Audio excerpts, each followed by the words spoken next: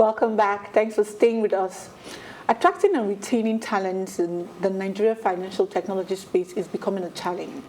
According to 77% of fintech leaders interviewed for the Nigerian Fintech Census 2020 report, data analytics, cyber and IT security, and software engineering emerged as the most critical skills required for success. Google's IFC report shows that while there's a growing number of software developers in Africa, there's a skills gap that exists with often outdated engineering curricula not providing opportunities for developers to practice skills gained in the classroom. Also, Nigeria's developers population of about 85,000 is still small compared to other parts of the world. To worsen matters, banks and fintech startups also battle with the country's brain drain, as the already few skilled workers migrate and choose to work with foreign startups. What will be our fate if this continues? Is there a solution? Our guest is here to help us figure that out. Ayo Ogunlowo started his career as a banker with Access Bank PLC, where he specialized in areas such as information technology, corporate strategy, digital banking, and finance.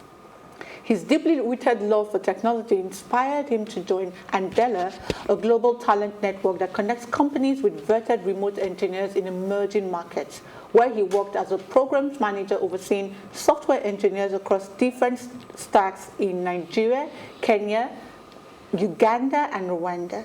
His time in Andela allowed his ideas on digitization to bloom. Leaving Andela, he capitalized on his expertise and established several companies specializing in management and technology consulting, SME financing, and hedge funds management. He recently co-founded two startups, Pennytree Inc., a lifestyle savings platform using AI features, and Trigger Inc., an investment platform to trade and invest in stocks listed on the New York Stock Exchange and Nasdaq. Set to launch in Q4 in 2021, Ayo's dream is to build a financial ecosystem that would cater to the needs of the mass market seamlessly. Now, before we bring in Ayo, I would just like the ladies to just really, this brain drain, does it really exist? Well, it really does exist. Okay. I mean, I know so many people who have left the shores of Nigeria for greener pastures to different. With C. Well, I'm not aware, but I know they're out there, and it's really a cause for concern, because if our best hands leave the country, then I don't know if there will be a country left at the end of the day. Wow, Milana. I agree with what Inoma said. Immigration is natural. It's okay for people to leave one point to another. But when you're losing highly trained individuals that are supposed to be the bedrock of a societal development, then it's a bigger issue. Yeah. Because it's not just about people leaving. It's about trained hands that are supposed to be professionals, living and going on to better, greener pasture just because they feel or they know or they've experienced that their country doesn't cater adequately to their skills. Then really we need to reevaluate what value we play on the intangible, which is really where the major challenge is. We do not value knowledge appropriately in this part of the country. I was just talking, I felt like crying, but it's okay. It's certainly okay. So welcome, Ayo. Thank you. So you heard what we've talked. What is, so I reeled out the numbers, and there's so many publications that just talk about, especially recently in the financial sector. I think I'd seen some publications, people were just worried about it happening. First it was from the banks to the fintechs, now it's from fintechs to So please just give us an insight, been in the space yourself. Thank you. So the interesting part is that even people having to leave doesn't mean they have to leave the country. So we are going global, like things are going global. You can practically sit in your house and do 3-4 jobs, right? So people are getting better opportunities. Why do I want to wake up 5 a.m. in the morning and run to work and get back at 10 p.m. Doesn't make me more productive, right? Absolutely. Right. So people are home doing 2-3 jobs, earning better pay. So outside of this country? Outside of the country. I have friends who work in Nigeria, from Kwara, from far places. Once they have good internet, do you get? They're okay. They're okay. So they just work and get paid. And the funny thing is they get paid in Foreign currency. I need that kind of job. I'm here considering my career. Yeah. Really? And just as you said, people want better lives. Absolutely. People, a lot of my friends that traveled said, I don't want to be a billionaire. I don't want to be a millionaire. I just want a comfortable life. I want my talent to be appreciated. I want better exposure. Do you get? And I don't want to be boxed within a space. Do you get? I want to build my social capital.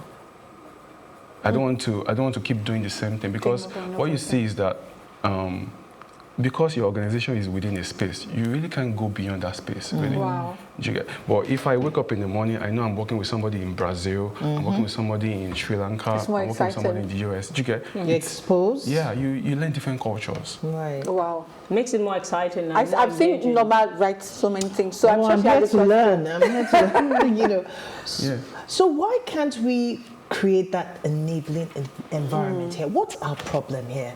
Ayo? From your own experience. What do you think our problem is here? There are plenty of problems. The first is the economy as a whole, right? Look at devaluation, look at inflation. So say somebody has been working for 10 years, Wow. and they still earn Peanuts. They earn like less than $8,000. And the responsibilities, the prices They of say, goods. they say salary is the child that doesn't grow. Things keep going up, but the salary remains the same. Grows. Right? So, and you can't really blame people as an employer. I'm not going to break my neck. Whatever I'm going to do is within what I can afford. Right. Right? And it's really hard, difficult doing business in Nigeria. I'm sorry, but I just have to make that very clear. From you registering your business to, Getting human resource. Getting human capital to come up. And once you open, you see different agencies coming to tax That's you. another one. Yes. So all of you these mentioned $1,000, and I have to check. That's 560,000 naira. Trust me, an average Nigerian doesn't make that in a month. They don't even make up to $100. It's as bad as that. Oh, yeah. So you can't even use it. $1,000 is like a lot of money. I mean, Absolutely. if that becomes a benchmark, that means people are earning 350,000, 400,000. $100. $100 is pretty much $100. yes. What are you saying? The number of Nigerians that earn less than $1. We have that don't see $1 in Nigeria. That's in the majority. They're in the majority. They don't see $1 a day. Up to $1 a day. Yes, they're in the majority. Majority of Nigerians are below the poverty That's why they line. say elite. Exactly. So it's not so you are calling 1,000. I'm saying the way you are. I know, but the way you are saying the 1,000, because already. 1,000. I said there is nothing close to that. I say $100. So somebody, That is where we can start somebody earning $1,000 in Nigeria is It's classified as doing affluent. it's medium class. You're considered as affluent, even though you're lower or mid affluent, but you're affluent. Yes. You're affluent. So there's like a systemic problem. There's a fundamental problem, and the truth of the matter is there are too many factors making businesses also not to make money, like power, electricity. Yes. You get to run, on gen, inverter. These things are expensive. Yeah. At the end of the day, Capital you don't have. intensive. Then the little you make is being devalued. Then inflation is almost at 20%. That's so annoying. Right. So at the end of the day, just like I can only pay what I can pay, and that was why the pandemic was an eye opener. A lot of people just Is it said, really an eye opener? So some was. traditional Created people a are telling lot of- people to really go back to work. No, but it was an eye opener Yeah, for yeah, a it lot is. of people because And they saw businesses more too. opportunities out there. Absolutely, And that's yes. why you Without have leaving people the like comfort of where Ayo you said, are. exactly, without leaving there, to have 4 or 5 jobs and operate within your location without having to move. After the camera, I'd like to have a conversation with you on how I can secure such extra jobs. I would happily add it to my responsibility as the MD CEO of the level. So Sure. let's come back to saying that developers are not well paid, because now if you say somebody is a developer somewhere, we all get the idea that you are receiving professional treatment at your workplace. Let me tell you, the way they treat IT people in the same organization is different from the way they How treat they treat a regular other people, regular people. So you already get enough benefit on So, account yeah, of so being in the tech space. So people would argue that you're being paid well, people kill over you, so you have very competitive rates in the market, but you don't stay at a place. Is it a Gen Z or a millennial problem? what do we call competitive? Okay. Right? So I said earlier, people just go back home, they get jobs on Upwork, on Fiverr, and they're earning 3-4K every month. That's dollars. Dollars, right? And they get paid in dollars. then let's take that back to Naira. Is any company going to pay you 2 million, 2.5 million Naira as value for what you even bring? as a junior developer or intermediate? No, they won't. So that's how come they would leave that. They will leave, and they don't even have to do as much as they used to do. Right. And it's smart work, really. It's not about hard work. Not hard work. No. So, in fact, does someone want to go? Next, I want to talk about, do you think that the companies of today know how to manage these talents? Because there's a talk about human relations, because sometimes it's not always about money. Sometimes, just as you've explained. And I know, I had a friend that said the house, she doesn't know why she rented the house, because she can count how many hours she spends in the home. In the home. Just as you just mentioned, so you wake up 5 a.m. No, on the road? You sleep on the road and in your office. She's working. Weekend, you have to do other things. So the time she had to stop subscribing to DSTV and all those things because she doesn't stay at home. And I think maybe that's why DSTV went to do the mobile version. But you get me. So do you think that there's something wrong with the workplace for these people or the way they are being managed? Bad culture. People, the way we treat resources in it. Look, let's even look at mental health. A lot of organizations don't take that serious. I mean, they know that this exists. Somebody is drained, mentally tired, you must still come to work. True. Is it normal to wake up at 5 a.m.? And sleep at 1 a.m. Let me say leave your home 12. at 5 a.m. If you leave your home at 5 a.m., it means you have to wake up before 5 a.m. Right. And then you are subjected to you're different living. menace, like Traffic. security. Securities. You're tired. That's why I've been through this, so I'm speaking from experience. We are not again. So you get to work and you still have to sleep and get yourself together, and after work you're having to wait for traffic. Nobody wants to do it. If you do that for 10 For 4 years, you're messed up, completely mentally wasted. And you think that's why people just fall off and die. You get so that culture of having to work people till they die, like till they fall off, is a thing in this part of the world. And it's because, if you don't do the job, somebody else is going to come and do the job. Right, so it's as if they're doing you a favor at the end of the day. You get my point? For less. So that part is very key. Then how much does the HR of a company know its employees? Like, you run a survey once in a year. This is once, things happen every time. Like, you don't even know them well. Do you get? So if you don't know your employees well, how do you even support them? Do you get? How do you enable them? No. How do you build capabilities? Some of these challenges you've identified as the reason why techie people are doing work from home plagues us all. It's not peculiar to those people in tech. It's a national issue that we all are contending with. Now, it's a function of, do you want to work, or do you want to start your business, or do you want to work from home? It's not peculiar to just people that work in the tech space. Unfortunately, this is the problem of Nigeria and Lagos particularly as a whole. It's not peculiar to just a particular sector. You guys are just blessed to have skills that can be harnessed from the comfort of your home, because not everybody, even with the advent of work from home and all those kind of options, there's still some jobs that you can do from home. I cannot do my business from my house, no matter what I do. I have to go out on the field and direct the production and ensure consistency in my work. So then, what we have is brain drain. We have our techie people leaving. The new one that just dropped on me now is the fact that they don't even leave the shores of this country. They live mentally. It's like an abstract travel. They live and go and work in other countries, on other platforms, and earn a living. That is very good for the techie guys. What about those of us that cannot? He cannot solve your problem. He can only focus on I know.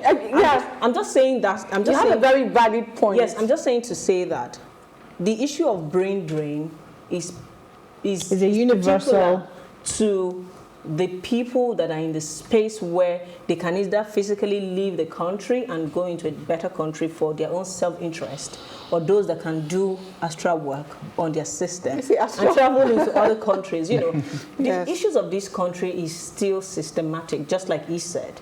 We need to be able to address it every now and again until we start sounding like a scratching record, to a point where our government has to take it more seriously, because I'm not looking at brain drain from just the techie side. I'm looking at the entire workforce.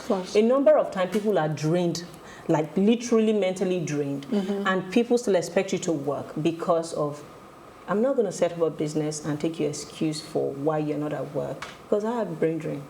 As the head of a business. So it's a shared pain. Yes. So then what is the way forward? Not the funny thing, this question we'll take it right after a break. Okay. So we'll see you right after the break.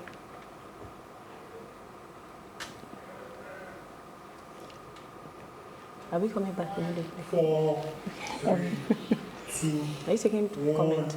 1. If you just tuned in, we're discussing brain drain, human resource in banking and fintech, and we still have Ayo Ogunlowo with us. Now, let's hear what you have to say. Remember, you can join the conversation. Tweet at us at WaveShowAfrica1 with the hashtag WaveShow, or SMS or WhatsApp to 081-8038-4663. So back to what you were asking, if I heard right, is what is the way forward? Now, having identified the things that are wrong with organizations, do you think, because it's really affecting them? Yes. It's really affecting. We are going into, especially the two sectors we're talking about, fintech and banks. And in fact, they're soon going to be doing the same thing. We're going to leverage heavily on technology with the CBN, e-Naira and everything. So we need our people. Do you think organizations are taking steps to ensure that they do something about this? This is like banks, right? Banks and fintech. Yes. So banks are creating hubs, incubators to start their own, fintech, business. The challenge with that is still bureaucracy. You can't treat a fintech like a bank. You can't start like, so for fintech, there's some kind of flexibility that comes with having to build a fintech. It's tough, right? So it's not traditional. It's more of trusting people to get the job done. And when you build like a hub within your bank, and then you still subject this same set of guys to come in for meetings, do all of those things, you have to be physically present here. And no, it doesn't work for them. It doesn't work for them, because what makes it fintech? It's still a bank. If I have Just to come technology. If I have to come in every time to do whatever I need to do. So what makes it different? What makes it flexible? So yeah, they are taking, a lot of banks are doing this, are trying to build that capabilities around, pushing fintechs out. A lot have failed as well. But it's a thing where a lot of people in these banks will still live for the better fintechs out there. I know a lot of people who moved to the fintech part of the bank, but at the end of the day, they saw that this is still not working. I still have to leave. And the expectations are usually too high. With the fintech technology? Yes, within the banking space. The expectation, so they want you to do X, Y, Z. It's almost like magic. They want you to build a robot. Like you have to launch today, you have to launch tomorrow, and I don't care about how this is going to be done and things like that. No, it doesn't work like that. You are hardwired to work So traditionally. so the only way they can embrace so fintech is if you deliver responses and results that traditional businesses do not deliver. Yes. You understand that's where they are bringing their demands from. Yes. Let's hear Norma. No, I was just going to follow up on what he was saying. So how does that work? Within the bank? Yeah, no. The challenges of having to catch up with or create a project or deliver that is within separate from the organizational bureaucratic nature. So how can it work? How can it work? Yes, how can that merge happen? So say I put myself in the shoes of managing director of a bank. Right. What I would do is create that separate space, get somebody to manage it. You don't need to see them every day. Trust. I just want to see the roadmap. If I can see the Where roadmap, it's leading. yes, where it is leading, let me know where I can support you. This is not what I need to get my bank to the next level. My bank is working, but I just need to start this thing so that I'm not left behind. As technology is driving us all into. Yes, but you don't bring in these fintechs and make them like the same, banking traditional, the traditional banking way. So give them the resources, all of the things, the key enablers to succeed, and trust them to succeed, and let them just do their thing. There has to be some KPI though. Yeah, that's why there's a roadmap, there are milestones. What they're supposed to be doing. Yeah, but don't go over them every day. Do you get? It's not going to work. Don't write them for MPRs. Yeah, don't MPRs. Yeah, you get the point. So some of these people are still subjected to some of these people are still subjected to the banking stand, like whatever happens in the bank. They have targets, you know, they have to wake up in the morning, come and get. If I get so bad that you have to come up with something every week. No, it doesn't work that way. The banks are wired the way they are hardwired. Yeah, so it's tough. It's almost, I don't know, but. Let's leave the banks, okay? So we're seeing that the banks are struggling because they cannot separate themselves from they cannot stop being who they are. Traditional businesses. Yes, so what about the fintechs? Because they're also living there. And now the fintech is set up as fintech. You can come if you like. You cannot come if you don't want. But you already explained that. No, so better option. Yeah, but what do they do? Literally micromanaging them. Do you understand? Well, I'll let you take it. No, but the fintechs are micromanaging them. So let's just hear from. So what's your question now? So my question is, we've talked about banks. We've identified the problems with banks. Yeah. Okay. But what about fintechs that are now setting up as fintechs? So they don't have any influence of a bank. They don't do the micromanaging. Yeah. But people are still living. Oh, aside from money, people are still living. Technology has the highest attrition rate anywhere in the world, and this is not particular to Nigeria or Africa. It's everywhere in the world. You get, because tech people are always inquisitive. So I work for Apple, for example, and I want to see what's happening in Google. I want to see what's happening everywhere. So they're just conditioned to move around. Flexible. So it's a very unstable yes. And you really can't do much about it. Because that's what drives them in the first place, the impulse to search further. And because technology evolves every day, people learn new things every day. So I'm here in this particular company, I'm doing well, but there's this new thing that is happening again. There's this new fintech that is out there. I think I can, be part of it. People want to be part of bigger vision, bigger movements and things. So people keep moving. People leave Google. People leave Apple. So people leave Fortune 500 companies. We're going to have brain drain, irrespective of what the country does. But let's look at one thing. We talked about the number of software developers that we have. We talked about 86,000, say our population of almost 200 people. So we're saying that we do not have enough. We also talked about how our schools are not well equipped to make people actually practice what they learn. Now, is there a transfer of knowledge? Because we have a few people that are knowledgeable and are smart. Are they really transferring the knowledge? Okay. So, I think people see transfer of knowledge as sit down, let me teach you what I'm doing. No, transfer of knowledge is embedded into the work itself. Build collaborative tools. So for example, why do I have to communicate via email every time? Do you get, why can't I have other tools like Discord, Slack and all, to make work That's new, isn't it? Slack has been around for a while. So why can't I have, it has to be embedded in the work. I don't want to see it as a different task. So even as a supervisor, as I'm doing my stuff, as I'm doing my work, I want to ensure that people are catching up. I don't want to create like a separate time for me to start mentoring. No, it should be part of the process. Transfer. It should be fun.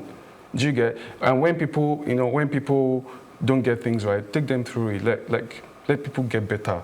You don't have to separately say, okay, come sit down here and it becomes like a mundane task again. So let it be embedded in the process. Let me wake up in the morning and know that as I'm working, I'm learning. You're literally talking about artificial intelligence. And there's no key man risk. So if my boss leaves, I can the work continues. That's AI, but you're touching ladies, on please, we'll continue this thought. Hold it. After this break, we'll be right back. Okay.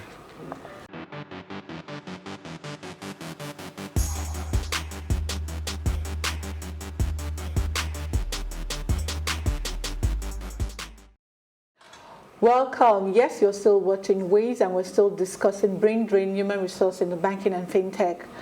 Again, you remember that you can join this conversation. Tweet at us at WaysShowAfrica1 or with the hashtag WaysShow, or SMS or WhatsApp to 08180384663. So we're right back.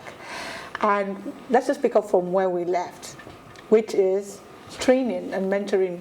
Yes, capacity building capabilities should happen naturally every day. It should be embedded in the work that I do. I don't have to, like I said earlier, create a separate space for me to teach people. I don't even have the time as a supervisor or whoever I am. People, we work every day. So things like having to, so let's say you're trying to brainstorm. I don't want to be that person who, would do this and then send to people. That is why most of the softwares you see today are collaborative tools, from having to use Google Doc, Google Sheet, all of those, Notion, Miro, and so many. Because you see, as I'm working, you're seeing it. As I'm making mistakes, you're seeing it. So I don't have to finish and then push. That's why I'm not a fan of things like Microsoft Word, Excel. You know, I don't use them. I'd rather use like a Google Doc where, as I'm typing, as I'm making mistakes, you can be making the same, like you can be commenting or editing at the same time. So if you go wrong, they just follow you, and then when you correct, they go back again and correct it. I mean, there's a trail. Whoever there's like an audit trail, whoever is doing stuff on the document. So it's real time. Well, I would want to argue a bit with that, but we have some comments. I'd allow Norma to read her comment first, then Lola would go next. All right, so I have this comment from Bissy. She says, good evening. A lot of professionals leave the country mostly as a result of leadership problems. Workers are treated as nobodies, not paid agreed wages, talked down on, and their lives are not protected. The future is not looking good. Nigeria situation. Lola. Can I take Yes, please. Now, it says, good evening, ladies and gentlemen. Fintech is relatively new, and our human resource department really need a lot of re-engineering to appreciate the fluidity it involves. Most companies don't train their staff and expect magic, just like you mentioned. People surely would leave. It's important we see our staffs as an essential part of the company. And to sound cynical, our fintech guys, low-key, enjoy the devaluation of the naira. Is that true? It makes their earning bigger. That's from Miwa. Miwa, thank you for contributing. Please speak on that. Of course, everybody benefits from tragedy. Please speak on that. Putting him right on the spot. You're right. Well, again, what is the buying power when you convert? True, you're still going to pay back inflation the same is money. Catching up with you. The same money you gained, you're still going to spend it. It's tricky. I mean, I'm happy that my $2,000 is no more 1 million. Probably is now 1.1 million. But at the end of the day, when you see the rising prices of things, food, you would So lose that money. it just while the rest of us are battling inflation and our which is better than previous one, right? So I was coming to say something, which is the fact that people argue when it comes to fintech that corporate governance structure is lacking, and that's why some fintechs fail. That while it is nice to have a very fluid organization, there needs to be structure and management. Do you agree with that statement? Yes and no. Okay. Most fintechs are startups and they run a flat structure. And it makes people comfortable working with one another. I don't want to create like an hierarchy, like a hierarchy where I know this is the boss. No. So it's like a team effort. That's why most fintech startups have an open office, like open space. Everybody works. Just get the job done. That's it. You get the point. Yeah, and for the part of the corporate governance, it depends on what you're really talking about. Things are in place. There are policies. There are standard operating procedures that fintechs use, that startups use. It's not like it's totally blank. The challenge is that when you start a company on your own and you're bootstrapping, using your money to build stuff, it's difficult to have all of those things in place. Do you get my point? So, but when you get to a level where you get funding, you get the right human capital, you don't even need to hire like a HR. You can outsource it. Right. So nobody cares about bringing people in. So you don't have extra and give them KPIs, they get the job done.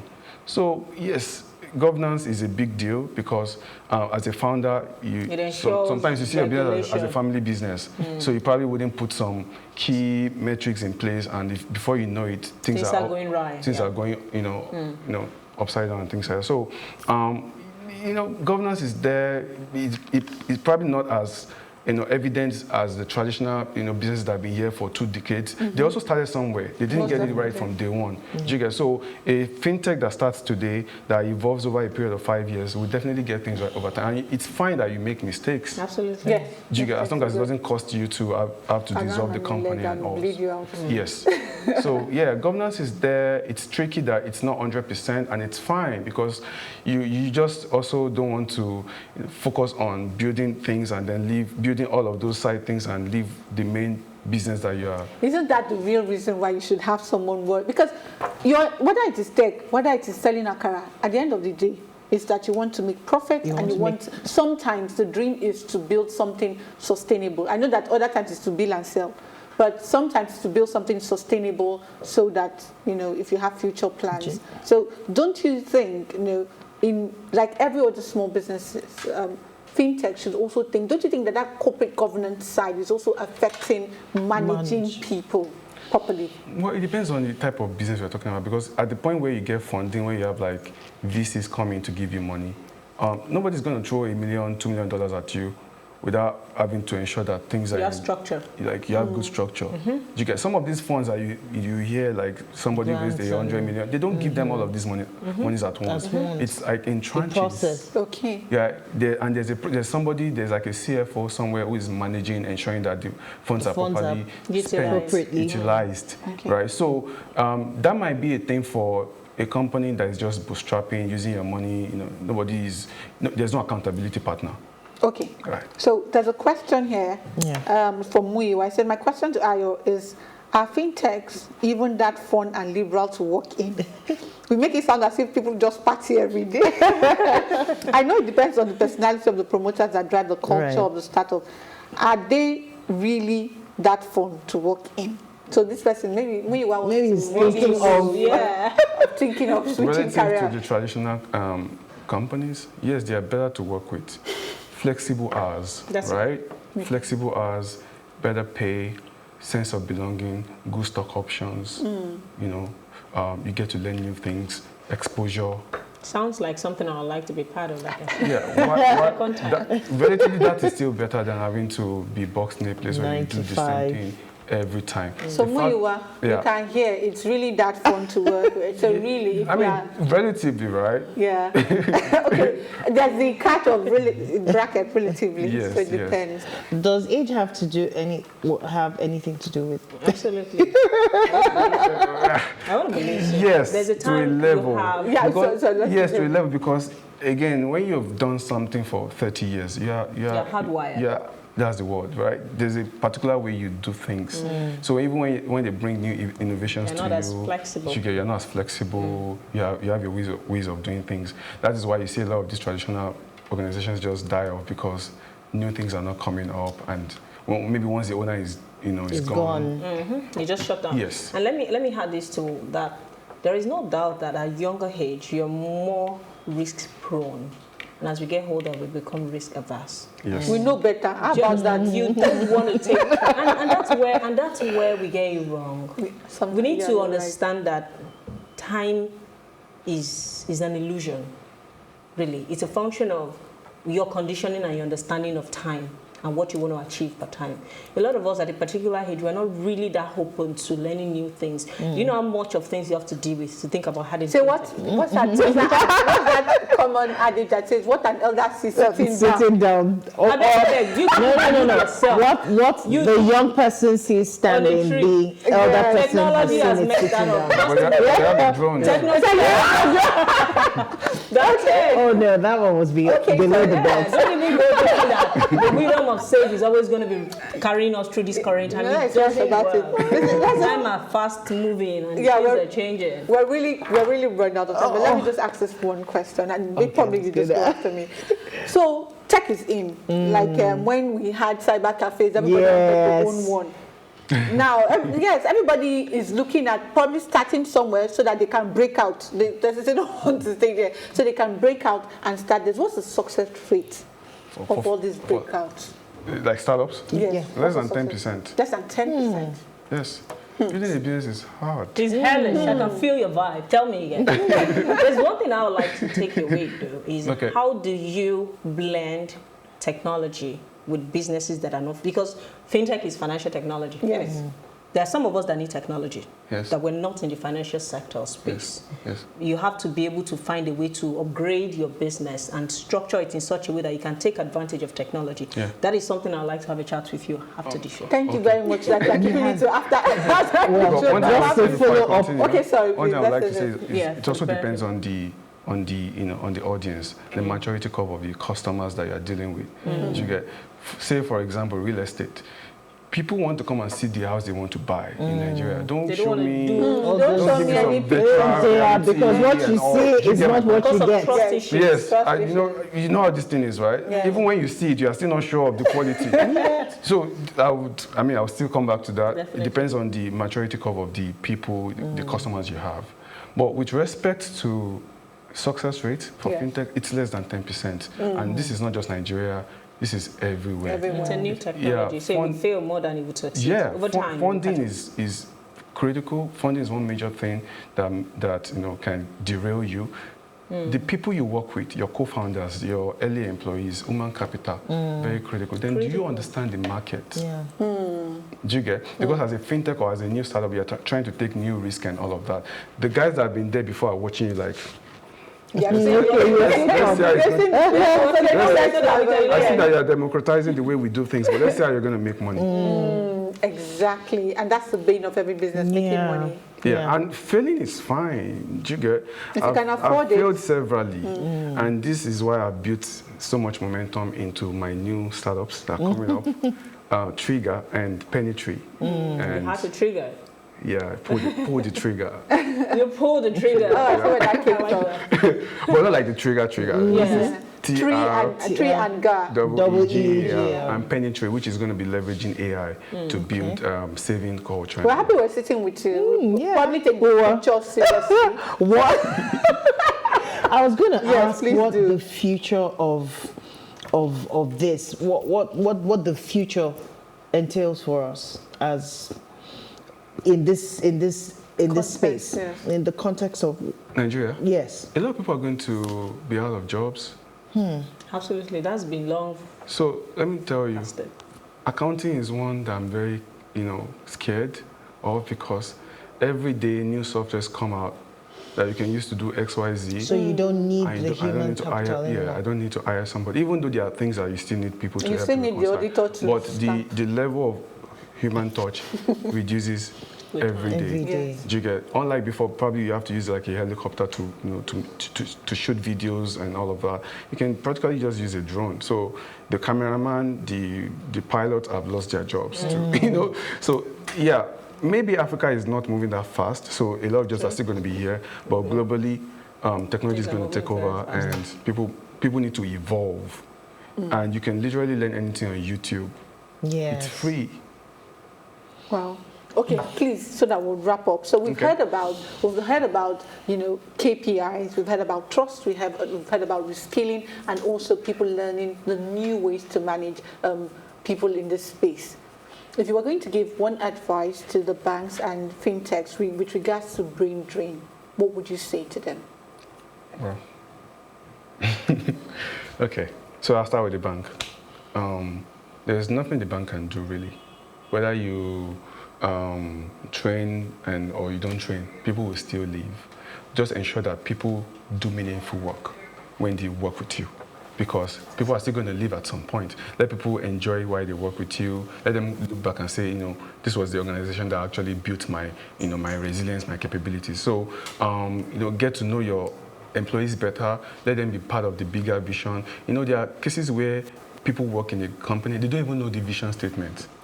Yeah, right. So, and for fintechs, fintechs will keep poaching from banks. Keep up the work. It's a competition. Okay, thank you so much. This has been a very, very insightful conversation. Indeed. Thank you. Now, Waves was birthed from the need to inform, inspire, influence lives towards action. And this year, we started our CSR focus on curbing unemployment in Nigeria. If you're a company, please partner with us by allocating internship slots. And if you are a job seeker, keep watching Waves and follow us on all our social media handles. This will be an all-year-round engagement. So tell a friend and keep all eyes on Waves. In case you miss it, here's today's quote. Financial resources may be the lifeblood of a company, but human resources are its brains, from Rob Sleezer.